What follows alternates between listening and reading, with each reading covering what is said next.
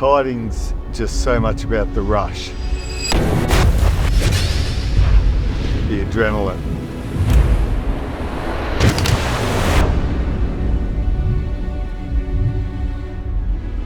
When I get a kite up, it's 100 mile an hour, straight away from the word go. You get on the board and you go out for maybe 3 seconds and you hit a ramp and you go whoosh. Time stands still. Sound changes. Euphoria. You'll land that 5-second air and you get about 2 seconds before the next wave and poof, up again you go.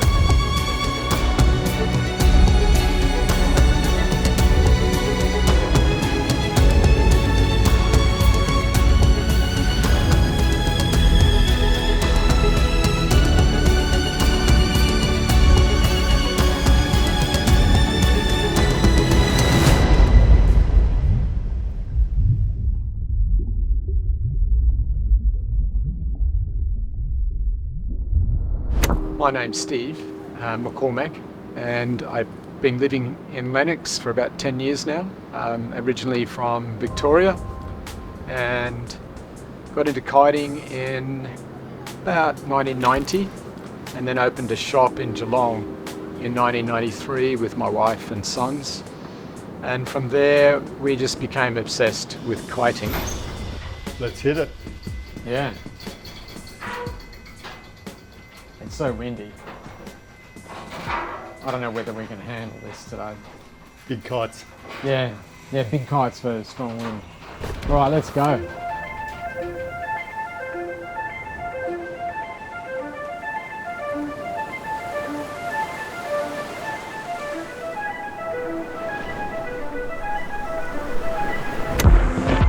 Over the years, I've noticed a lot of people that have high pressure jobs, they love kiting. As soon as you launch that kite, you're strapped to this 100 mile an hour potential device, and you get out there and you can't think of anything else except flying that kite. And you're just out there at one with yourself and nature.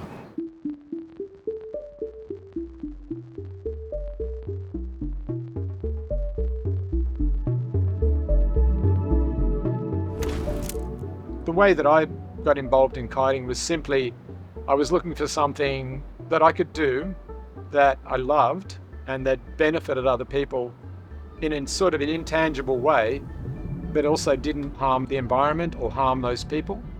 And kiting just ticked all the boxes.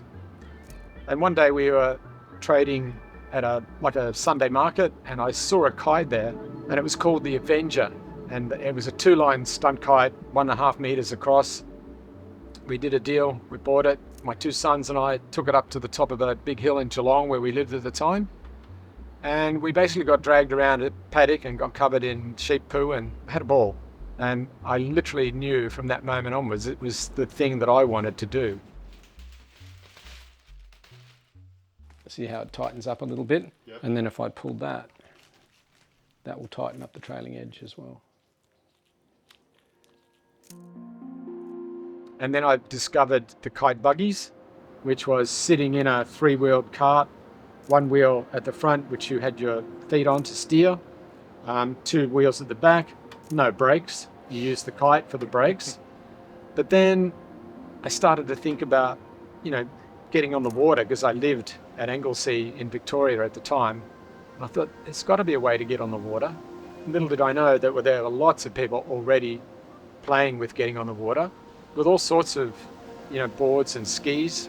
And my first thing was, or invention was, a set of old climbing boots that I glued onto a pair of snow skis. I cut the back off the ski, so I just had the front bit, and I'd power up the kite and try to go along in the shallows, but I just couldn't work out how to go out into the waves and then come back, until I saw some other people doing it. And then thought, this has got potential. In the meantime, I'd moved to a surfboard with straps just bolted to the top of the board, just by drilling holes through the board. It was pretty rough, but it worked. And we got reasonably competent at riding in the water, in waves. And from then, the sport just blew up.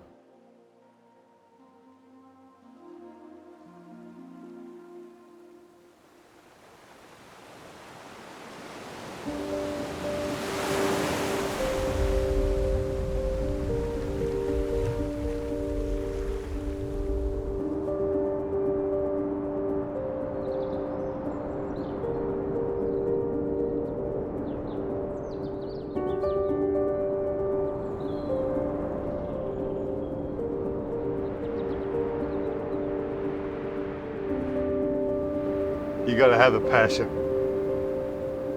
Doesn't matter what your passion is, and it doesn't matter if your passion changes over time, just as long as you've got a passion and a love of something. Mine used to be surfing, but probably nowadays it's more so kiting.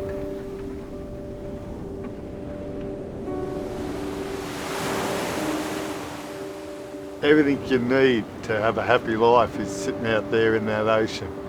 From dawn surfing, sitting on a surfboard watching the sun come up with the dolphins swimming past, to hooking up with a few mates and driving up the beach and pumping up a kite and then flying out over the ocean and boosting up into the air.